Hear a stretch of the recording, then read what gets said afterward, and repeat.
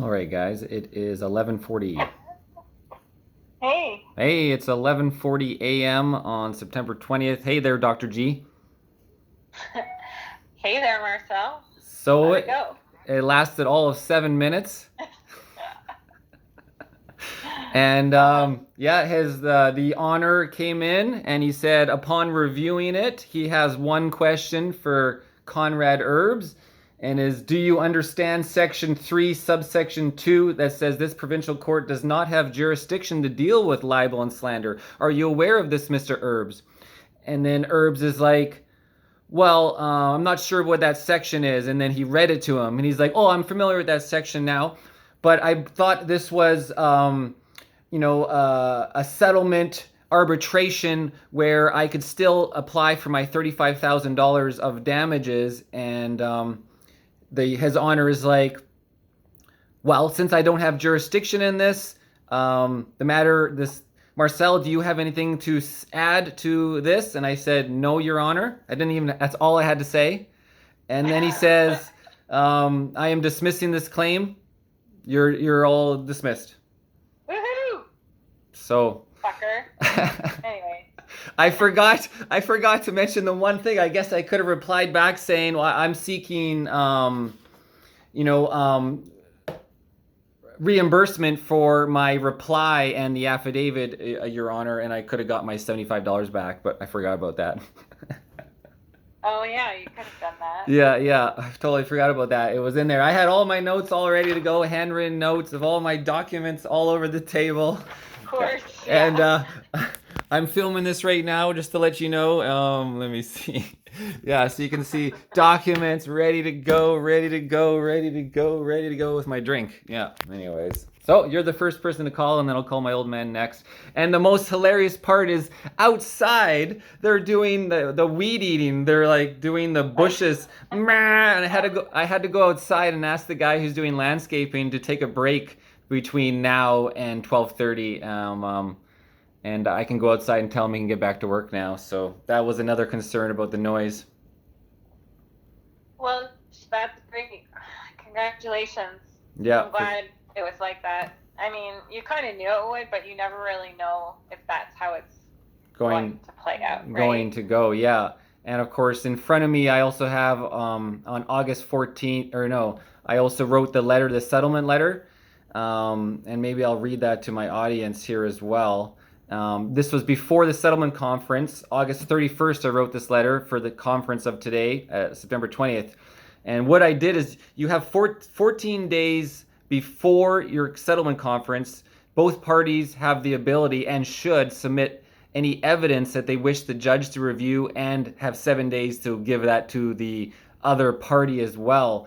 And so I submitted to the registry and to Erbes at the police station in the last 14 days relevant documents and reports. Oh, there goes the chime. Just bear with us. It's what is it? 11:30 here. 11:44, 45. Bring 5:44. Yeah. Yeah, well, my clock's off. That clock's every 15 minutes it rings. Anyways, number one is notice of application with affidavit. Material facts registered April 25th, 2023. So I attached my notice of application with affidavit with all the material facts. So the honor could read what happened in 2 pages so he'd have an understanding what's going on if need be. Number two, I entered how the Crown entered a stay of proceedings for the ticket 5678 issued on January 29th, 2022. Essentially, the Crown has now completed review of this file and have decided to enter a stay of proceedings. So I included that as well because that's news in relation to my affidavit, to show that the Crown had dropped the tickets. And number three, I showed that bylaw Sergeant Williams voided the bylaw ticket 0671 for overnight abode. As requested, the issue has been voided by Sergeant William Scott. So I included that as well as number three. And number four was the Kelowna RCMP Professional Responsibility Unit Notice of Direction dated June 2nd, 2023, which states some of the allegations that I listed are serious in nature, and as a result, a code of conduct investigation has been initiated against Conrad Erbes. And I have the CRC file number, etc., where he essentially what they're investigating, most important, is how he served me the cease and desist letter at the courthouse on December 14th. On March 29th, how while on duty in uniform, he served me with a notice of hearing in the courtroom. And on March 29th, he delayed the court process by 30 minutes to obtain the notice of hearing while on duty. And that's serious in nature. So that's what I included for the judge ahead of time, as well as my reply. And so the one thing the judge said is like, I'm going to read to Marcel's reply. He noted that we do not have the power to deal with libel and slander in this BC courts. And so then I had number 2 and number 3 and 4, 5, 6, 7, 8 that he never even got to. It was just number 1, right? I just did it the perfect order. I had all these backups. If number 1 didn't play, number 2 was truth in substance and in fact, because my video account is public record. Number 3 is the claimant continues to intimidate and threaten the defendant with a defamation-based slap, or in Canada, it's called a PPPA. And a PPPA, guys, is a Protection of Public Participation Act. And I was prepared to make an application to the court for dismissal order under subsection 2 on the basis of the expression relates to a matter of public interest. And that's where award for damages, respondent brought the proceedings in bad faith and for an improper purpose. And, applicant for dismissal and I can make that application at any point during the proceedings. So I was ready to go with that as well, Dr. G. And number 4, responsible communication on a matter of public interest. Another one. Number 5, fair comment based on provable facts on video. And, of course, all the evidence is here, including the detailed security report, which I had, available to me if I needed to read any of that to His Honor. Number 6, RCMP officers on duty and in public have no expectation of privacy. Number 7, defendant qualifies for absolute privilege. And I had to go and re-research that because it could have been so long. And absolute privilege was granted for any communications which take place during, incidental to, and the processing and furtherance of judicial or quasi-judicial proceedings. And that's Elliott v. Insurance Crime Prevention Bureau 2005. So I qualify for absolute privilege for fair and accurate reporting of proceedings in a public before the court. So because I have court, once the court is first settled, everything I report on is my absolute privilege to report on those proceedings. Do you understand, Dr. G, to a certain amount? Could you say that last sentence one more time? So I have absolute privilege for my communications after the court has been scheduled. So all the videos where I'm talking about what happens in court, what I'm doing to prepare for court, I have absolute privilege to protect me from libel and slander, and because right. Court proceedings are in process, right? Yeah. So there's absolute privilege, there's qualified privilege for lawyers, there's a few different. And then the final number 8 was the claimant gave verbal consent on video for posting video account on YouTube for public record. It's like, I'm going to put this on YouTube if you don't leave me alone. I said, I can't remember that exact, but then he says, that's fine. I like YouTube. I have more fans than you. Doesn't he have a YouTube channel? I thought he did. Yeah, Erbes. Well, we don't know what his YouTube channel was. And I'm going to do a whole video, guys, talking about the detailed security report, which took me almost, 19 months or 18 or 19 months to get. And the only reason I got it was forcing the hand of the CRCC complaint on Sergeant Failure to get the detailed security report, because the commissioners would not give it to me. They'd only give it to the police. That's this private security company, commissionaires. And then now Sergeant Failure, it's like Sergeant Failure. He didn't want to give it to me until I had the next court date coming up. He's trying to play. I mean, he's not being a team player. He's not helping me, which is really sad. And he's doing things to prevent me from getting my disclosure, but he had to give it to me in the end because of this court date settled for today.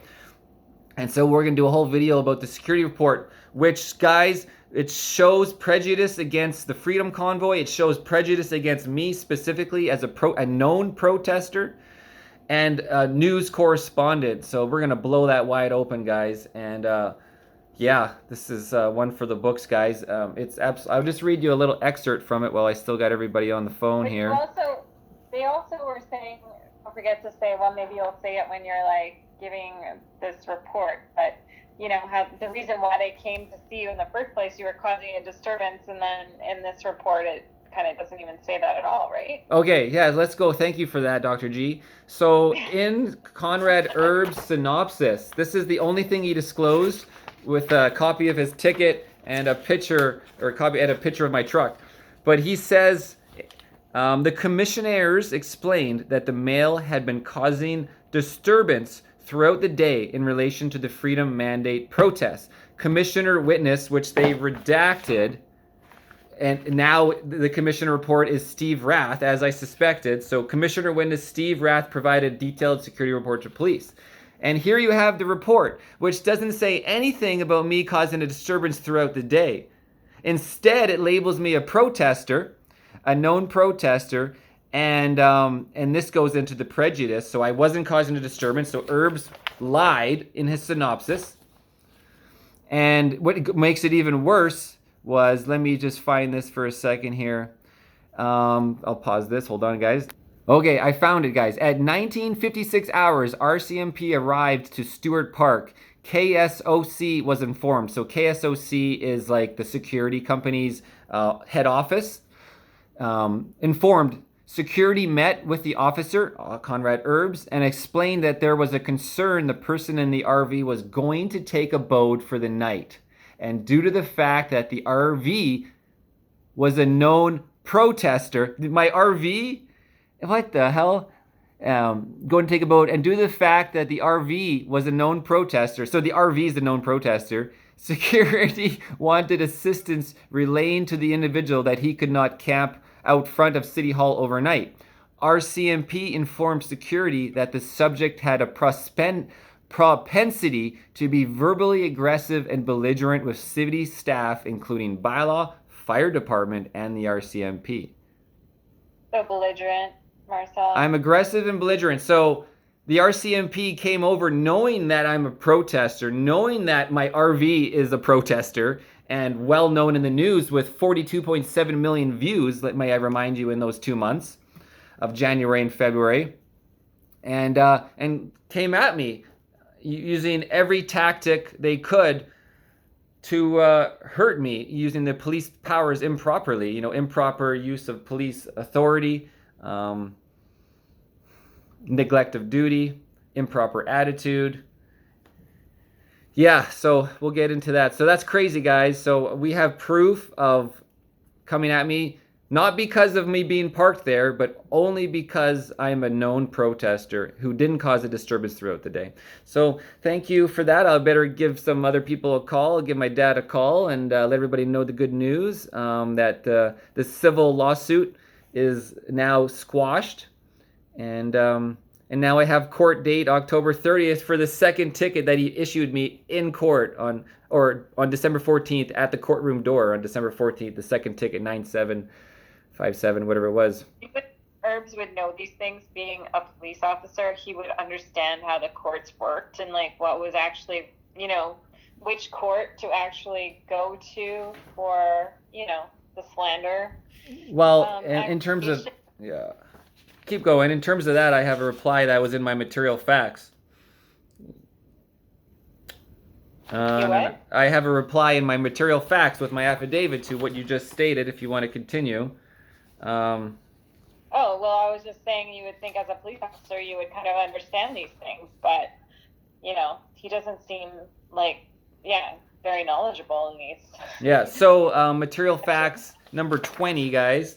Constable Erbes filed a civil claim in provincial court when he knew or ought to have known that the provincial court of British Columbia has no jurisdiction to hear allegations of slander and libel. Number 21, the improper filing and service of this civil claim on the accused before the commencement of the trial was done to intimidate the accused. Yeah. Yeah. Yeah, I mean, he landed this in your lap right before you were about to go, you know, into court with him, which, is a whole other matter, but whatever, yeah. Yeah. Not a big fan. Yeah, during, and number 22, during his evidence in chief, Constable Erbes falsely alleged that the accused had been causing a disturbance throughout the day in relation to the Freedom Mandate protest on January 29th. That's in my material facts as well, with a quote. Despite having two different allegations alleging non-criminal allegations and filing a civil claim in court without jurisdiction to hear the allegation and alleging in evidence that the accused had caused a disturbance, no charge of criminal conduct had been formally alleged by Constable Erbes through the filing of criminal or other information. Man, so there you go. So Erbes, he ought to have known. So his investigational skills are put the light right here for all to see. Yeah. Yep. Well, yeah, call your dad. I'm sure he can't wait to hear. Yep. All right. Thanks a lot there, Dr. G. My assistant to the assistant traveling secretary and naturopath doctor. That's right. Cheers. And a few other things. Yeah. Okay. Cheers. Bye. Okay. Bye. There you have it, guys. Okay. So great news. Civil claim is squashed. I have court on the 30th, but I'm going to also move that to provincial court. I'll do another charter application with affidavit, and we'll see if the Crown wants to give me any evidence or they're going to stay the next proceedings. And then if anybody's out there wants to work with me on this, please reach out, ernieRacing@gmail.com. That's IRNIERACING@gmail.com. Cheers, guys.